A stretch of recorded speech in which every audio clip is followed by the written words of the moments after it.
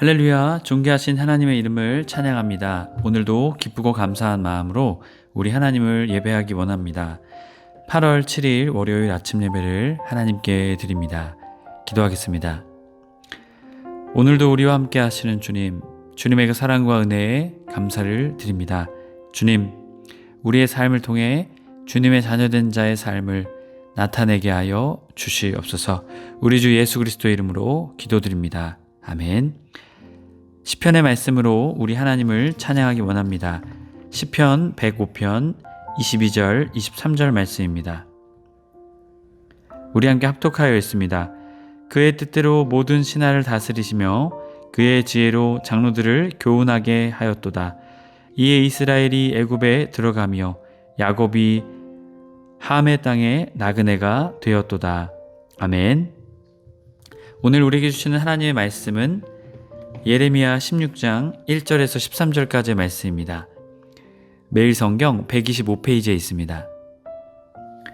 우리 함께 합독하여 읽습니다. 여호와의 말씀이 또 내게 임하여 이르시되 너는 이 땅에서 아내를 맞이하지 말며 자녀를 두지 말지니라. 이곳에서 낳은 자녀와 이 땅에서 그들을 해산한 어머니와 그들을 낳은 아버지에 대하여 여호와께서 이와 같이 말씀하시오니 그들은 독한 병으로 죽어도 아무도 슬퍼하지 않을 것이며 묻어주지도 않아 지면의 분토와 같을 것이며 칼과 기근에 망하고 그 시체는 공중의 새와 땅의 짐승의 밥이 되리라. 여호와께서 이와 같이 말씀하시되 초상집에 들어가지 말라. 가서 통곡하지 말며 그들을 위하여 애곡하지 말라. 내가 이 백성에게서 나의 평강을 빼앗으며 인자와 사랑을 제함이라. 여호와의 말씀이니라. 큰 자든지 작은 자든지 이 땅에서 죽으리니 그들이 매장되지 못할 것이며 그들을 위하여 애곡하는 자도 없겠고 자기 몸을 베거나 머리털을 미는 자도 없을 것이며 그 죽은 자로 말미암아 슬퍼하는 자와 떡을 떼며 위로하는 자가 없을 것이며 그들의 아버지나 어머니의 상상을 위하여 위로의 잔을 그들에게 마시게 할 자가 없으리라. 너희 잔치집에 들어가서 그들과 함께 앉아 먹거나 마시지 말라. 만군의 여호와 이스라엘의 하나님께서 이와 같이 말씀하시니라. 보라, 기뻐하는 소리와 즐거워하는 소리와 신랑의 소리와 신부의 소리를 내가 내 목전 내 시대에 이곳에서 끊어지게 하리라. 내가 이 모든 말로 백성에게 말할 때에 그들이 내게 묻기를 여호와께서 우리에게 이 모든 큰 재앙을 선포하심은 어찌됨이며 우리의 죄악은 무엇이며 우리가 우리 하나님 여호와께 범죄한 죄는 무엇이냐 하거든 너는 그들에게 대답하기를 여호와께서 말씀하시되 너희 조상들이 나를 버리고 다른 신들을 따라서 그들을 섬기며 그들에게 절하고 나를 버려 내 율법을 지키지 아니하였음이라. 너희가 너희 조상들보다 더욱 악을 행하였도다. 보라, 너희가 각기 악한 마음의 완악함을 따라 행하고 나에게 순종하지 아니하였으므로 내가 너희를 이 땅에서 쫓아내어 너희와 너희 조상들이 알지 못하던 땅에 이르게 할 것이라. 너희가 거기서 주야로 다른 신들을 섬기리니 이는 내가 너희에게 은혜를 베풀지 아니함이라 하셨다 하라. 아멘. 할렐루야. 오늘 하루의 첫 시작을 주님의 말씀으로 주님을 바라봄으로 시작하는 해림의 모든 성도님들을 주님의 이름으로 축복합니다. 오늘은 삶으로 심판을 살아내다 라는 제목으로 은혜의 말씀 나누고자 합니다. 앞선 14장, 15장의 말씀은 유다와 예루살렘의 심판의 원인과 결과를 강조하며 특별히 12편이나 되는 예언 속에 6번째 되는 예언이었죠. 그것을 통해서 그들은 하나님께 돌이켜야 한다라고 예레미야를 통해 계속해서 선포하고 계십니다. 오늘 말씀 16장의 말씀은 세 가지의 금지의 명령을 통해 유다의 심판, 그것을 예언하고 계십니다. 첫 번째로는 1절부터 4절까지 혼인하지 말라. 5절부터 7절까지 장례에 참여하지 말라. 8절부터 9절까지 잔치에 참여하지 말라 라는 것을 통해서 그들에게 예언하고 계시죠. 그리고 마지막으로 심판의 이유에 대해서 그들에게 선포하고 계십니다. 오늘 말씀 1절부터 4절까지 말씀을 보면요, 2절 너는 이 땅에서 아내를 맞이하지 말며 자녀를 두지 말지니라. 자, 이 예언은요, 보통 예언은 말로도 합니다. 하지만 특별한 경우에는 선지자의 삶과 생활을 통해서 그 예언을 하도록 예언의 행동을 하도록 하나님께서는 명령하실 때가 있습니다. 호세아에게도 그랬고요. 에스겔에게도 그랬습니다. 그런 것처럼 예레미야에게 혼인하지 말라 말씀하고 계신 것이죠. 그렇다면 왜 혼인을 하지 말아야 될까요? 왜 자녀를 두지 말아야 할까요? 이 땅은 바로 유다 땅이기 때문입니다. 곧 하나님의 심판을 맞이할 땅이기 때문이죠. 곧 포로가 될 것이기에, 곧 멸망할 것이기에 오히려 아내와 자녀가 없는 게 낫다라는 것이죠. 이어지는 3절 말씀을 보면요, 이곳에서 낳은 자녀와 이 땅에서 그들을 해산한 어머니와 그들을 낳은 아버지에 대하여 여호와께서 이와 같이 말씀하시오니. 자, 여기서 보면요, 낳는, 해산, 낳는 이런 표현을 통해서 하나님께서 주신 생산, 하나님께서 주신 번성, 이 축복을 말하고 있습니다. 그런데 이 축복이 어떻게 바뀌게 되었을까요? 4절, 그들은 독한 병으로 죽어도 아무도 슬퍼하지 않을 것이며 묻어주지도 않아 지면에 분토와 같을 것이며 칼과 기근에 망하고 그 시체는 공중의 새와 땅의 짐승의 밥이 되리라. 이 하나님의 축복이 죽음으로 바뀌게 됩니다. 마모트. 결국 이 죽음의 결과는 무엇입니까? 하나님께서 주신 언약을 파기한 결과입니다. 번성에서 죽음으로 나아가게 된 것이죠. 결국 하나님의 축복은 낳은, 이것은 생산입니다. 국가의 근간이 되는 것이죠.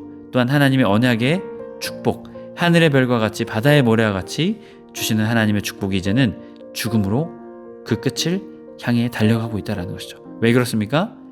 하나님께 회개하지 않기 때문에, 하나님께 돌아가지 않았기 때문이죠. 이제 이어지는 5절부터 7절까지 말씀은 장례에 참여하지 말 것을 말하고 있죠. 5절, 초상집에 들어가지 말라. 가서 통곡하지 말며 그들을 위하여 애곡하지 말라. 내가 이 백성에게 나의 평강을 빼앗으며 인자와 사랑을 제함이라. 여호와의 말씀이니라. 아멘. 자, 왜 초상집에 가지 말고 통곡하지도 말라 말했을까요? 이것이 하나님의 심판이기 때문이다라는 것이죠. 하나님의 심판 때문에 이러한 비참함을 그들이 마주하게 되었다는 것입니다. 기억하라라는 것이죠. 결국 하나님께서는 나의 평강을 말씀하십니다. 이것은, 이 평강의 뜻은요, 샬롬, 결핍이 없는 하나님의 임재 앞에 모든 것이 충족된 상태가 바로 이 평강입니다. 결국 하나님께서는 이것을 거두어 가신다라는 것이죠. 주님의 인자, 사랑, 평강, 모든 것을 다 제하여 가신다는 것이죠. 6절, 큰 자든지 작은 자든지 이 땅에서 죽으리니 그들이 매장되지도 못할 것이며. 히브리인들에게는 아주 큰 수치입니다. 매장되지 못하는 것은요. 그리고 빈부귀천, 지위고하를 막론하고 아무도 피할 자가 없다라는 것입니다. 큰 수치를 당하게 될 것이다라는 것이죠.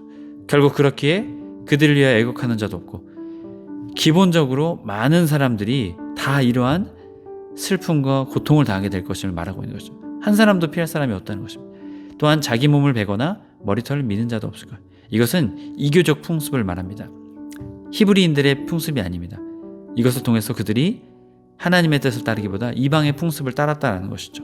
7절, 그 죽은 자로 말미암아 슬퍼하는 자와 떡을 떼며 위로하는 자가 없을 것이며. 상갓집에서 일반적으로 행하는 모습을 행하지 못한다는 것입니다.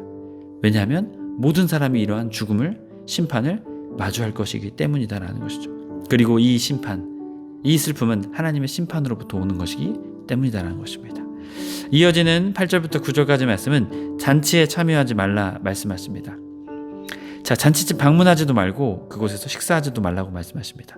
잔치집은 미슈테, 마시다 라는 의미로 결혼잔치를 의미합니다. 그런데 심판으로 인해서 결혼잔치가 없게 될 것이다 라고 말하죠. 이것은 무엇을 말할까요? 앞선 말씀에서도 말하고 있듯이 생산이 끊어짐, 하나님의 축복의 단절, 결국 지금의 이 포로, 지금의 이 전쟁의 패배함, 재건의 희망, 멸망 이후에 그 어떠한 소망도 없게 될 것을 이 잔치집, 결혼식을 통해 말씀하고 계신 것이죠. 9절, 만군의 여호와 이스라엘 하나님께서 이와 같이 말씀하시니라. 보라, 기뻐하는 소리와 즐거워하는 소리와 신랑의 소리와 신부의 소리, 내가 내 목전 내 시대에 이곳에서 끊으리라 하시니라. 아멘. 결국 하나님께서는 결혼식을 더 이상 그들이 기뻐할 수 없게, 더 이상 결혼식을 칠 수도 없고 기쁨을 누릴 수도 없게 만드시겠다 말씀하고 계신 것이죠. 하나님의 심판 때문입니다. 그렇기에 하나님의 심판 앞에 우리는 어떻게 반응해야 할까요? 우리의 삶을 돌이키는 우리가 되어야 될 줄 믿습니다. 하나님의 심판은 철저하고 확실합니다. 그렇기에 하나님의 심판 앞에 회개하며 나아가는 우리 모두가 되길 주님의 이름으로 축복합니다. 이어지는 10절부터 마지막 13절까지 말씀을 통해서는 심판의 이유를 말합니다. 하나님께서 이렇게 심판을 하셨지만 오히려 하나님께서는 백성들의 마음이 어떤지 알고 계셨습니다. 10절 그들이 내게 묻기를 여호와께서 우리에게 이 모든 큰 재앙을 선포하시면 어찌 됨이냐 우리의 죄악은 무엇이며 우리가 우리 하나님 여호와께 범한 죄는 무엇이냐 하거든. 자, 오히려 회개해야 하지만 그들은 항변합니다. 왜 우리가 이렇게 당해야 합니까? 자신들의 죄를 깨닫지 못하는 상태인 것이죠. 그러자 하나님께서 말씀하십니다. 11절 너는 그들에게 대답하기를 여호와께서 말씀하시되 너희 조상들이 나를 버리고 다른 신을 따라서 그들을 섬기며 그들에게 절하고 나를 버려 내 율법을 지키지 아니하였습니다. 아멘. 결국 하나님을 버렸다라는 것입니다. 하나님을 버리고 택한 것이 우상이었다라는 것이죠. 결국 하나님께서는 오히려 그들에게 심판을 내리게 될 것이다 말씀하십니다. 12절 너희가 너희 조상들보다 더욱 악을 행하였도다. 죄의 영향력을 말하고 있죠. 다음 세대 아니 근데 이 죄가 더 완악해지고 더 깊어졌다라는 것이죠. 결국 하나님께 순종하지 않는 하나님의 말씀을 듣지 않는 모습을 그들을 통해 보여주고 있습니다. 결국 하나님께서는 13절 내가 너희를 이 땅에서 쫓아내어 너희와 너희 조상들이 알지 못하는 땅에 이르게 할 것이라 너희가 거기서 주야로 다른 신들을 섬기리니 이는 내가 너희에게 은혜를 베푸지 아니함이라 하셨다 함이라. 아멘. 여러분 결국 심판을 통해 하나님의 은혜가 철폐되었을 때 우리는 죄 가운데 비참한 가운데 살아갈 수밖에 없다라는 것이죠.